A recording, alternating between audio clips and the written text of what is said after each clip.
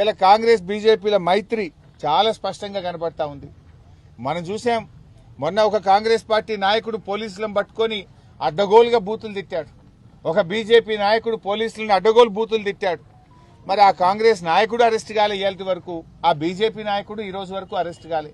మీడియాలో టీవీల్లో అందరం చూసాం కదా, డ్యూటీలో ఉన్న పోలీస్ అధికారులను పట్టుకొని కాంగ్రెస్ బీజేపీ నాయకులు అడ్డగోలుగా బూతులు తిట్టినా, డ్యూటీలో ఉన్న నియమ నిబంధనలు ఉల్లంఘించి 100 మీటర్ల లోపలికి వెళ్లినా ఈ రోజు వరకు కాంగ్రెస్ నాయకులు అరెస్ట్ గారు, బీజేపీ నాయకులు అరెస్ట్ గారు.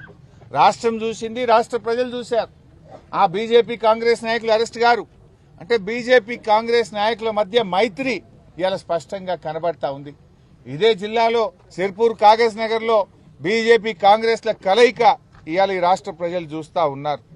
నేను ఈ సందర్భంగా గవర్నర్ గారిని కోరుతా ఉన్నా, గవర్నర్ గారు దయచేసి మీరైనా జోక్యం చేసుకోండి, ప్రజాస్వామ్యాన్ని కాపాడండి, రాజ్యాంగబద్దంగా వ్యవహరించని అధికారుల మీద చర్యలు తీసుకోండి. కేతన్పల్లి ఇన్సిడెంట్ మీద గవర్నర్ గారు వెంటనే ఒక రిపోర్టు తెప్పించుకోవాలని, ఈ తప్పు చేసిన అధికారుల మీద, ఎన్నికల కమిషన్ మీద మీరు రివ్యూ చేయాలని చెప్పి కూడా మేము కోరుతా ఉన్నాం. అసలు ఎన్నికల కమిషన్ చోద్యం చూస్తా ఉందా నేను అడుగుతా ఉన్నా. అరే లైవ్ కెమెరాలో కేతన్పల్లిలో మా మహిళా కౌన్సిలర్ల మీద కాంగ్రెస్ కౌన్సిలర్లు దుర్మార్గంగా వ్యవహరిస్తా ఉంటే మరి ఎన్నికల కమిషన్ ఏం చేస్తా ఉంది అని నేను అడుగుతా ఉన్నా.